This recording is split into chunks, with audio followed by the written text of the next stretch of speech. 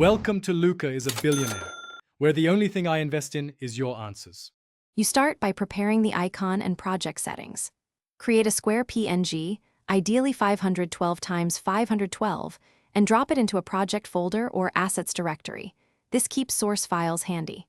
Once done, open Android Studio and the Flutter project, then make sure your app ID/package name is correct in Android Manifest and Build.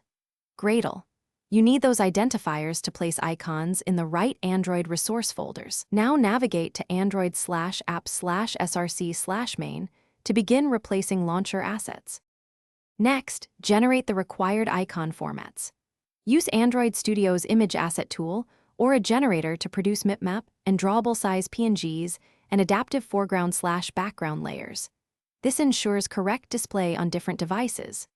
Then, copy the generated files into Android/app/src/main/res/mipmap*/ and drawable*/ folders, replacing existing launcher icons. Once the files are in place, verify Android Manifest.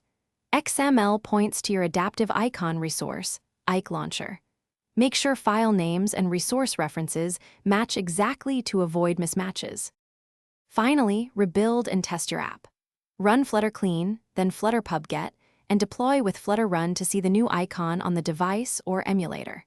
If the icon doesn't change, uninstall the existing app or clear app data to remove cached launcher assets. Make sure to reboot the launcher if necessary.